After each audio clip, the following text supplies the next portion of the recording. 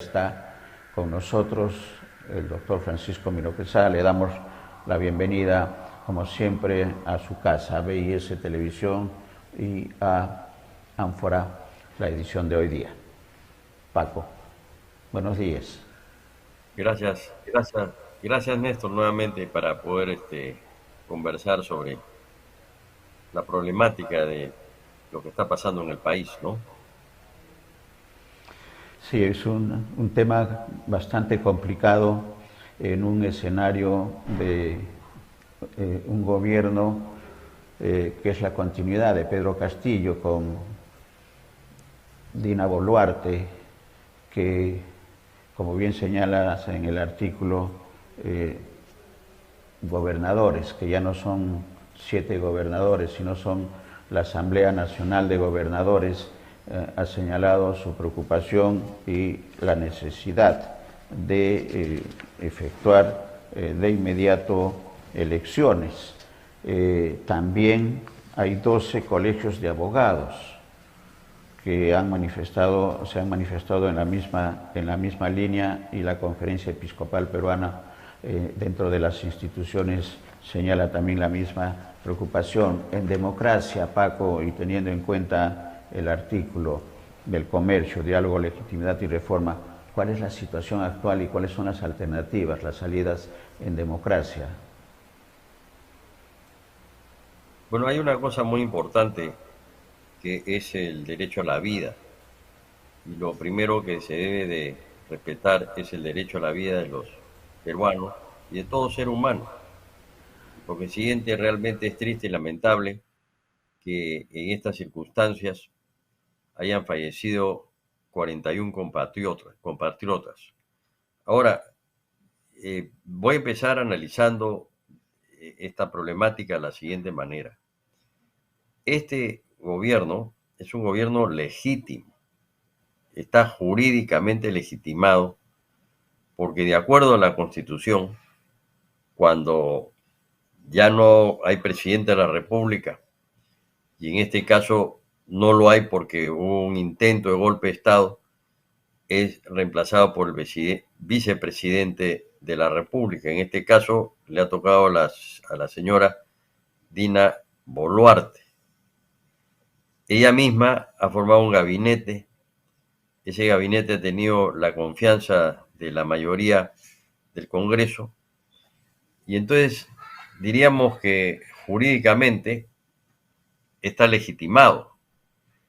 Pero hay otro problema, pues que eso se analiza mucho en ciencia política, que es el tema de la legitimación social. Y ahí hay un conflicto. ¿Por qué? Porque amplios sectores de la ciudadanía, y no solo los que salen a marchar o a protestar, eh, quieren que este gobierno se vaya. Y quiere que también se vaya este Congreso y que se convoque a elecciones. Si esa fuera la situación, si se diera esa situación, porque estamos hablando de varios escenarios, entonces asumiría la presidencia de la República Williams. Ahora yo me pregunto si esta decisión disminuiría las protestas y la violencia que hay detrás de esas protestas o adelante de esas protestas, porque también hay que diferenciar en lo que significa las protestas legítimas y aquellas otras en donde se utiliza el descontento del pueblo para utilizar la violencia, que es una violencia organizada de sectores como el Movadef, como el narcotráfico, como los mineros informales y otros, que evidentemente quieren crear caos a río de revuelto, ganancia de pescadores. Entonces, ahí está el problema. Distinguir, nadie va en su sano juicio negar que hay una deuda social en el Perú de hace mucho tiempo, no de ahora.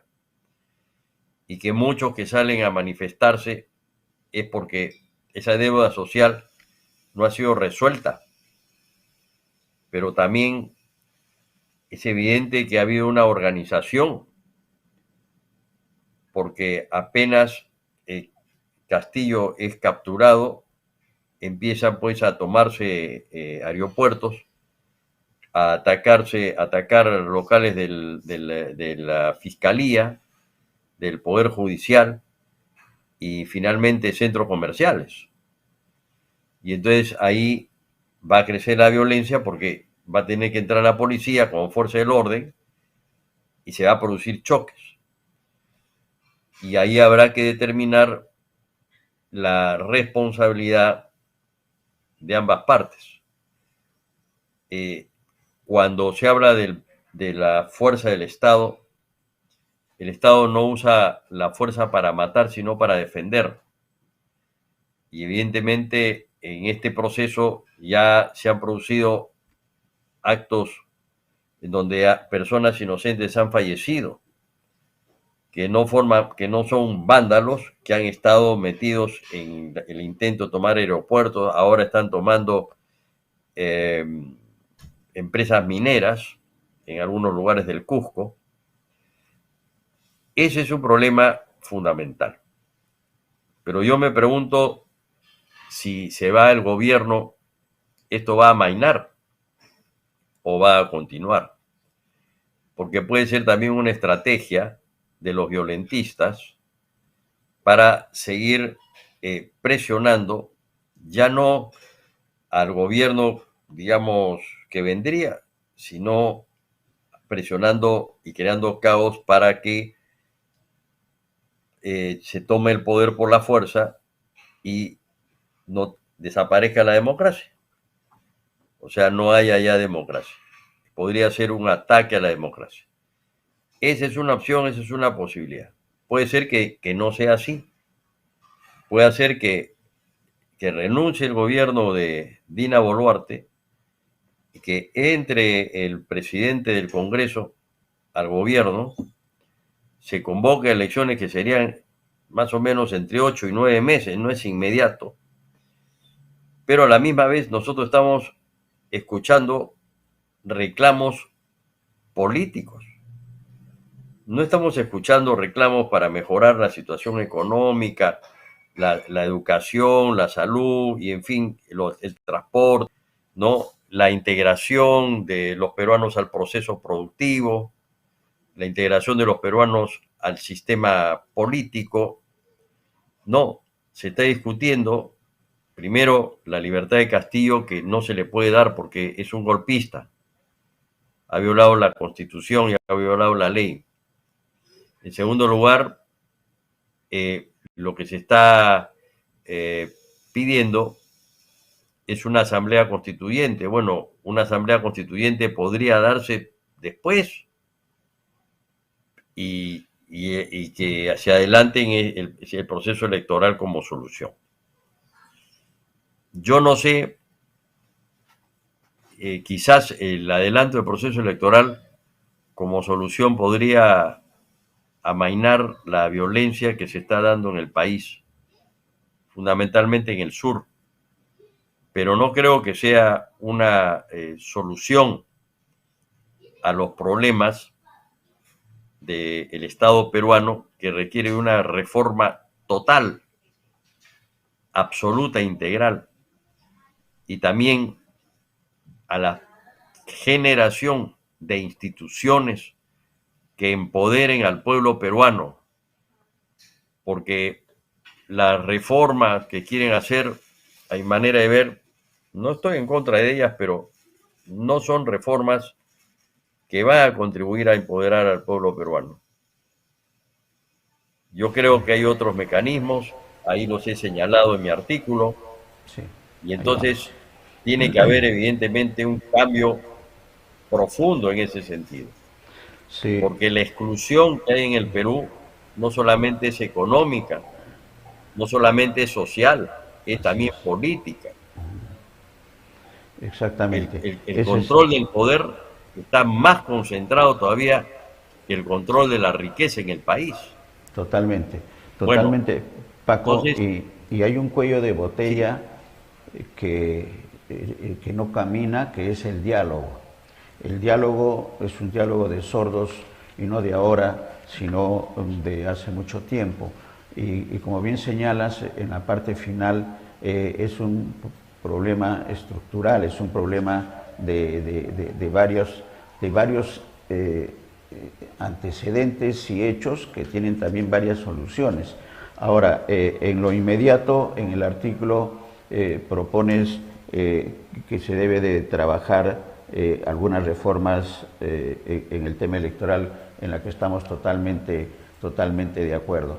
Pero este cuello de botella, tenemos el artículo, lo estamos compartiendo en pantalla también, que lo pueden tener nuestros amigos televidentes ingresando al comercio. Decíamos, retomando la idea que de estas acciones inmediatas, pero también tiene que considerarse ya algunas acciones a largo plazo para superar esta situación de abandono y que es la esencia de las protestas del sur. En el sur es donde la extrema pobreza y Puno principalmente, la extrema pobreza alcanza a casi toda la población, 70% en el caso de Puno. Estas acciones inmediatas, Paco, el comentario y estas acciones a largo plazo que tienen que ejecutarse ya. bueno, mira, no hay luz, no hay agua potable, no hay alcantarillado, no hay vínculos para unir pueblos, carreteras, no, no hay educación, hay una educación de baja calidad, no hay servicio de salud, en fin, y evidentemente tampoco en muchos casos el mercado es muy alto, porque hay regiones del país donde hay mayor movimiento económico y en otros menor movimiento económico.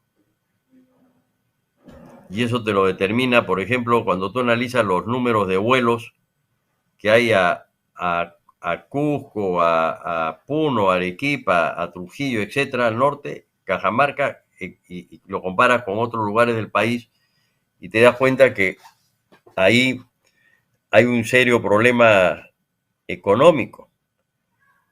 Ahora, yo en lo político, yo lo que he planteado en el artículo es que, por ejemplo, debe haber referéndums, al pueblo se le tiene que consultar. Si hipotéticamente este gobierno se podría consolidar, cosa que lo veo muy difícil, las reformas que está haciendo en el Congreso debería de consultársele al ciudadano. Yo no voy a utilizar la palabra pueblo sociológicamente muy amplia, estoy hablando ciudadanos, personas como todos nosotros con derechos y obligaciones ante nuestra sociedad y responsables de nuestros actos, y también personas con capacidad de gozar de esos derechos. Entonces, por ejemplo, yo creo que hay leyes orgánicas muy importantes. Por ejemplo, una ley de reforma de la educación debe ser consultada al pueblo, porque no solamente es un asunto de tecnócratas, de especialistas, no es un asunto de sabiondos, es un asunto social, le interesa a los padres de familia, a los estudiantes, a los maestros, a la sociedad en general. Entonces, ¿cómo empoderar al ciudadano? Que el ciudadano se sienta más próximo al Estado, que el Estado se acerque al ciudadano, que se pueda crear un Estado de servicio, un Estado que predomine el humanismo y el trato democrático. He planteado también que la rendición de cuentas sea obligatoria y que sea constitucionalmente obligatoria para que los congresistas, toda autoridad elegida por el pueblo, rinda cuenta de su gestión a través de la red. Yo tengo acá, por ejemplo, las memorias de Mesías Guevara, que me las dio hace 2 días, sobre lo que ha hecho en Cajamarca. Bueno, esto es rendición de cuentas, pero también esta rendición de cuentas tiene que ser públicas en asamblea, en audiencias públicas. Debe haber cabildos abiertos para que los vecinos estén más próximos con sus alcaldes. Debe de modificarse el sistema de representación para que el elector esté más próximo al elegido, que haya vínculos, relaciones, que no haya distancia, para que haya transparencia. Si hay distancia, va a haber siempre desconfianza. Que superemos el secretismo, que es lo más grave que ha podido pasar y que ha pasado con el gobierno de Castillo. Esas reuniones secretas, como el secretismo puede ser muy delincuencial, se reúnen en secreto para que el resto no se entere, ¿no? Y evidentemente la revocación de toda autoridad elegida por el pueblo, porque es mejor eso a que se produzca un golpe de Estado o que el país se esté bañando en sangre ahora como está sucediendo en estos momentos. Y que el pueblo tenga la posibilidad, como lo hay ahora, porque lo hay a nivel de gobierno local, gobierno regional, pero también de revocar a los congresistas, que son los principales representantes del pueblo, e incluso revocar al presidente de la República, porque eso permite que no haya violencia. Yo te voy a dar un ejemplo.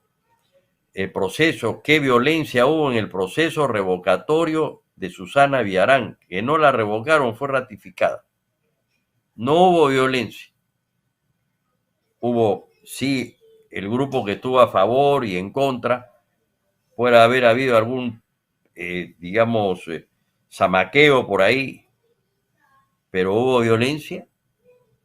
¿Por qué? Porque se organizó un proceso de ejercicio del poder ciudadano, pero en el marco de las normas de la racionalidad normativa. Y entonces a eso es lo que debemos llegar los peruanos. Pero eso requiere de un compromiso de diversas fuerzas políticas de llevar a fondo una reforma profunda. Y yo no creo, como muchos dicen, que lo que está en la Constitución es letra muerta. No, no lo es. Sino, ¿cómo te explicas tú que los partidarios del modelo neoliberal en el país defienden esta Constitución y sobre todo el artículo económico, que es lo que ha favorecido la inversión privada en el país? Amén de otras medidas técnicas tomadas por el MEF, ¿no? Y tomadas por el Banco Central de Reserva. Pero ahí está el debate, ¿no? Entonces, la tarea es gigantesca, porque yo pienso que hemos tocado fondo. Cuando se toca fondo, se presentan dos posibilidades. En una época de crisis profunda, como dicen los chinos, o te hundes más al fondo, o sales de esa situación, o sales de la crisis. Los grandes pensamientos, por ejemplo, cuando hablamos del pensamiento griego de la época de Platón, de Aristóteles, surgen en épocas en que la cultura griega está en crisis, ¿no? Y, por ejemplo, después de la guerra con Chile, que fue una crisis desastrosa y feroz para el Perú, aparecieron egregios pensadores peruanos que empezaron a repensar el Perú y dar pautas para la construcción, ¿no?, de una sociedad posterior a lo que significa una guerra de esa naturaleza, que fue lo más grave junto a lo que nos pasó con Sendero Luminoso. En consecuencia, estamos en una situación en donde tenemos que responder como ciudadanos, ¿no? Yo no puedo entrar a una propuesta solamente elemental, que a veces escucho de gente que dice, bueno, que los puneños pues se vayan a Bolivia. ¿Cómo puede ser eso posible, pues, Néstor? Puno es nuestro, Puno es el Perú, y uno se siente puneño. Yo he tenido uno de los amaneceres más bonitos en mi vida cuando abro la cortina de un hotel y veo el amanecer en el lago Titicaca, porque parece que el sol está saliendo del lago Titicaca, y esas maravillas que tienen los distritos que bordean el lago Titicaca nuestro, ¿no? Ilave, por ejemplo, donde hay museo de arte, está incluso cuadros de Bernardo Vitti. Entonces, no, acá hay un problema de integración y es por eso que en el Perú, perdón, disculpa que en mi artículo puse, disculpa que hable de mi artículo, que el Perú es un país de integración social baja. Hay integración de mosaico, pero los mosaicos no están unidos.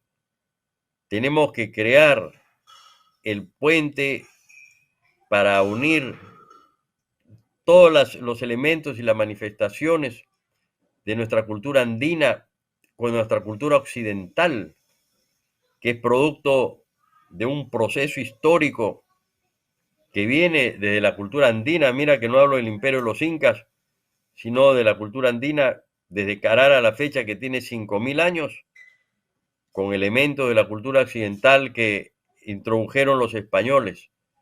Pero así se formó también América. Y el Perú es el centro de eso. El Perú es el último país en independizarse, digamos, en el continente. Cuba lo fue después, pero en el Caribe, fuera del continente, y fue en Ayacucho. Por eso nuestra independencia todavía no ha acabado.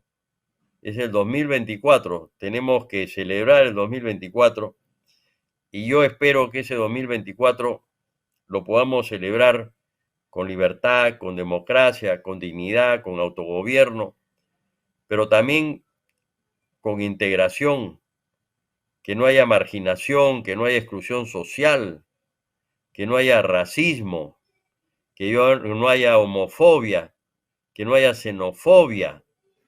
¿Por qué? Porque una de las grandes revoluciones, las grandes transformaciones, no se resuelven a balazos.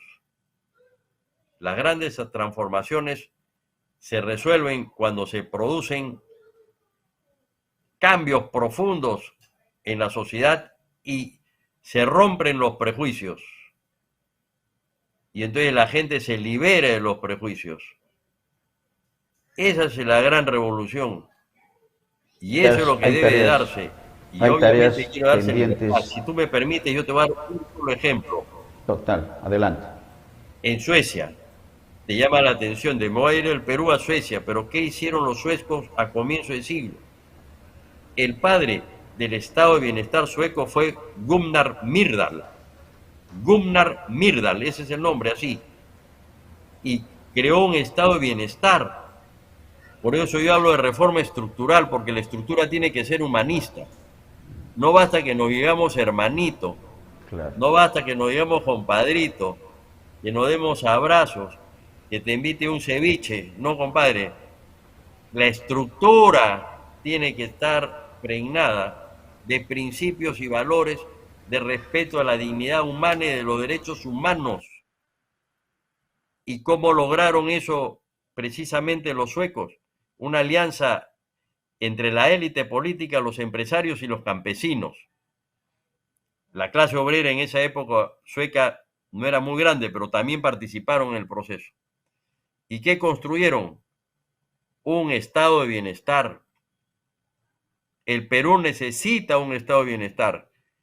Y yo polemizo con aquellos que se oponen al estado de bienestar, porque el estado de bienestar tiene en cuenta al ser humano. El ser humano debe ser el centro del desarrollo y el progreso de una sociedad, y el Estado tiene que servir al ser humano y no crear una cultura mercadocéntrica egoísta. Tenemos que asumir la solidaridad, y la solidaridad de ayudarnos entre todos también lo tenemos en la cultura andina. Tenemos que recuperar eso. Eso está en las comunidades de nuestra sierra. cuando todos se ayudan para construir una iglesia, para construir la casa del vecino, todos participan en la faena, y entonces no debemos debemos superar ese prejuicio en donde muchos dicen el pueblo, y bueno, ¿y tú qué cosa eres? Tú eres un aristócrata, tú eres un conde, un duque, un marqués. Todos somos pueblos como ciudadanos. El asunto es qué cosa es lo que queremos. Bueno, muy bien, algunos quieren implantar acá un Estado totalitario. Sin duda, no me queda la menor duda.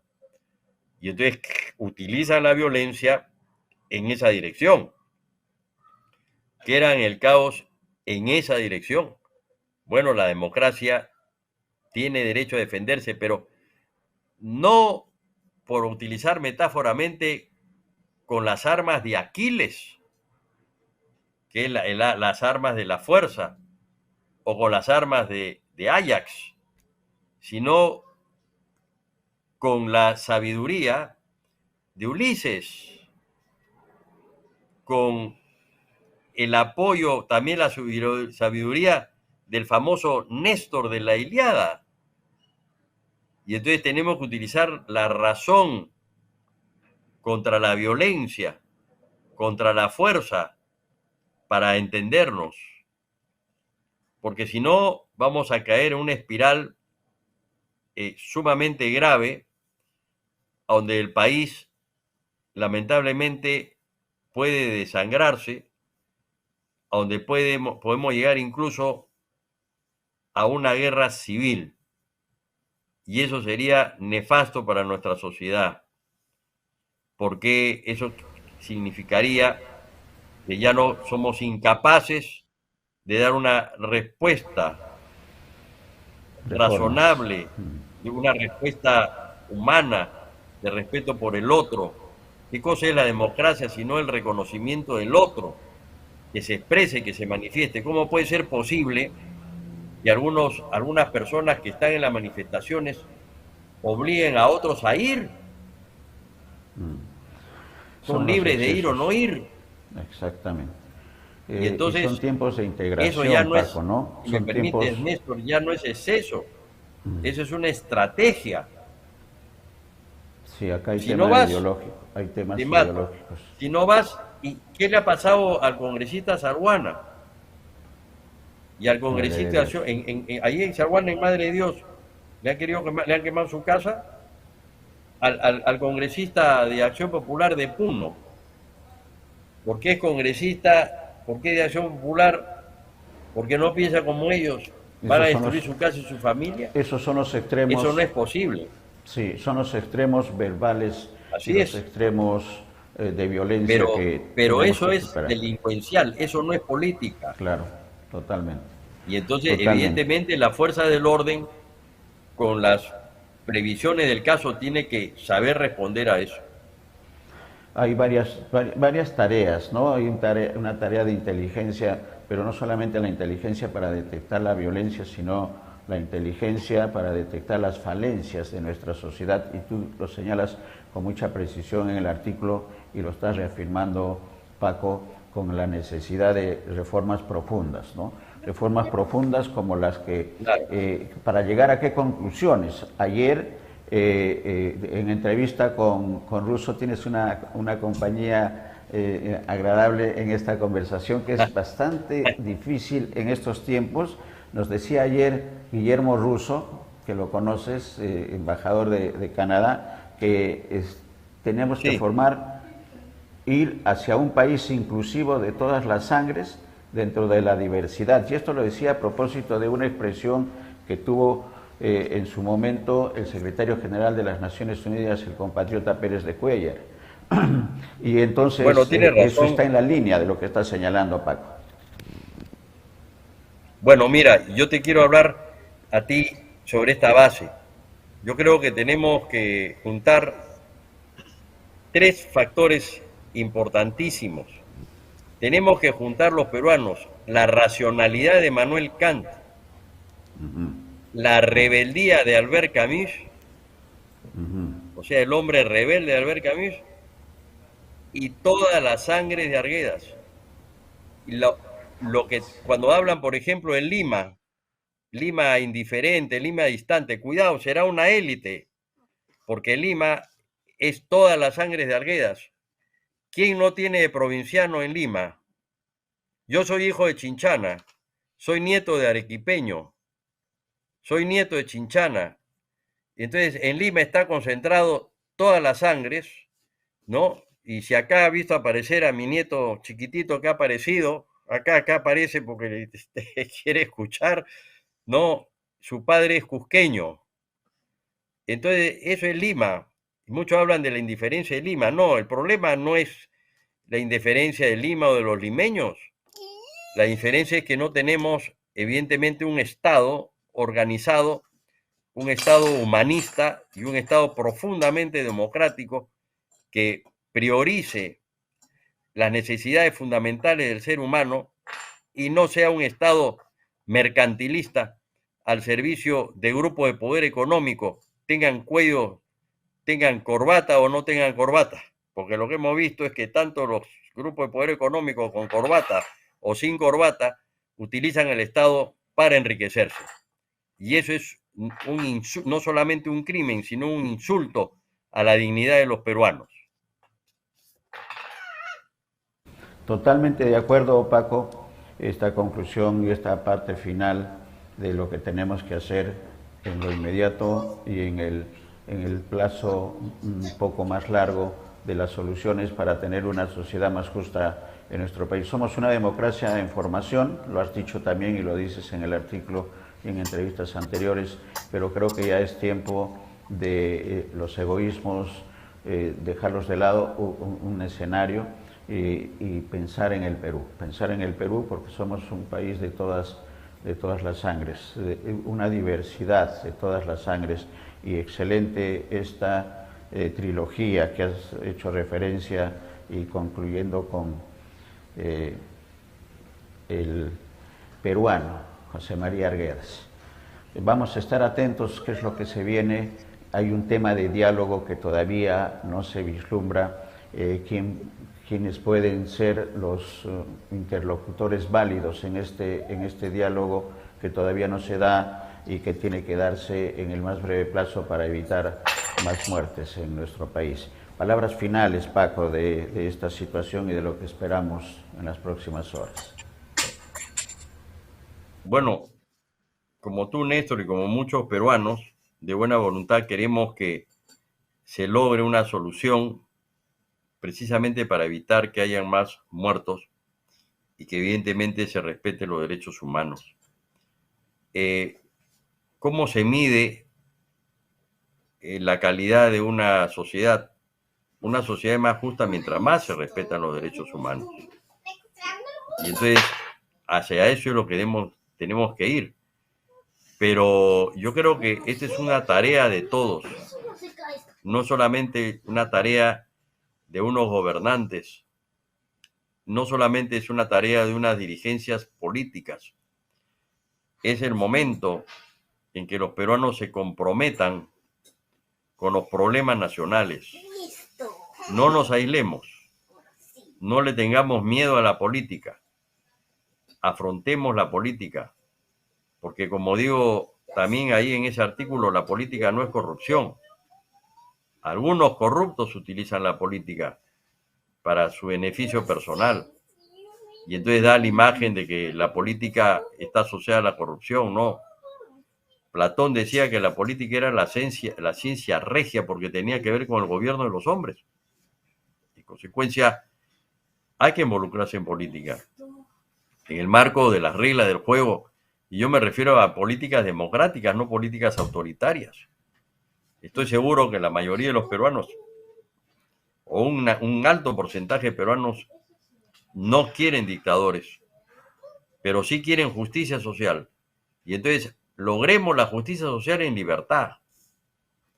Porque cuando a una persona se le quita la libertad, cuando se quiere hacer justicia social, se dice eso y le quita la libertad, ya eso es injusto. Y eso, a mi manera de ver, se logra profundizando la democracia y empoderando al ciudadano y acercando el Estado a la sociedad.